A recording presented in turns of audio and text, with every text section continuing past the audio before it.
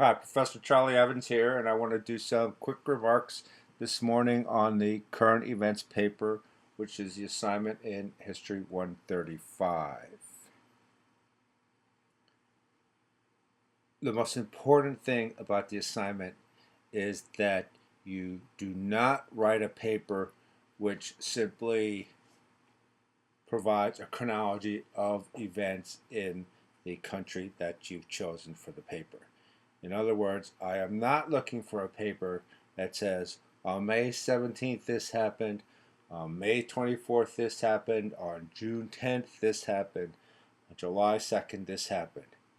Instead, what I want you to do is to analyze the entire time frame for your country, if it's 6 months or if it's a year or 9 months, and focus on the 2 or 3 major developments that are continuously occurring through that period of time. For example, if you were looking, let's just say we were looking at Bulgaria for some reason, Bulgaria for 6 months. There's a lot of things that are going to be happening in Bulgaria in those 6 months, even though you might think that things don't happen in Bulgaria. But what I want you to do is concentrate. You might concentrate on the development with regards to political corruption in the country. You might be focusing on the repurposing of the steel industry in the country.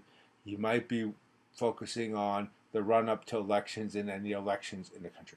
In other words, you're looking at some sort of thematic approach to writing your paper. And usually, since you're writing a pretty short paper, you're only going to be able to focus on probably two, I'm not sure about three, but maybe three, 2 or 3 major kind of developmental threads through that period of time. And so that's what you need to focus on. You need to establish in paragraph 1 of your paper, I've been following this country for this period of time, and the 2 major themes that I'm focusing on in this paper are X and Y. And so that's how you set up your paper. Then you cover X and then you cover Y.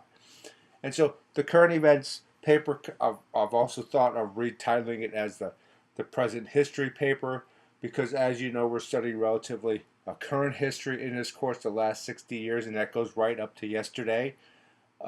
What is today?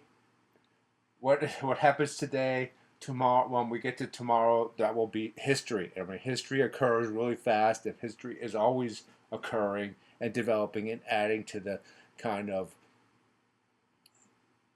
great mass of history, whatever, however we want to title it and everything. So, what the paper is trying to get you to do is focus on how quickly history happens and how important developments occur in these countries that we're studying in the world. Remember, if you have any questions at any time about the assignment, you need to contact me and I'll get back to you as soon as I can. Okay? Good luck with the paper.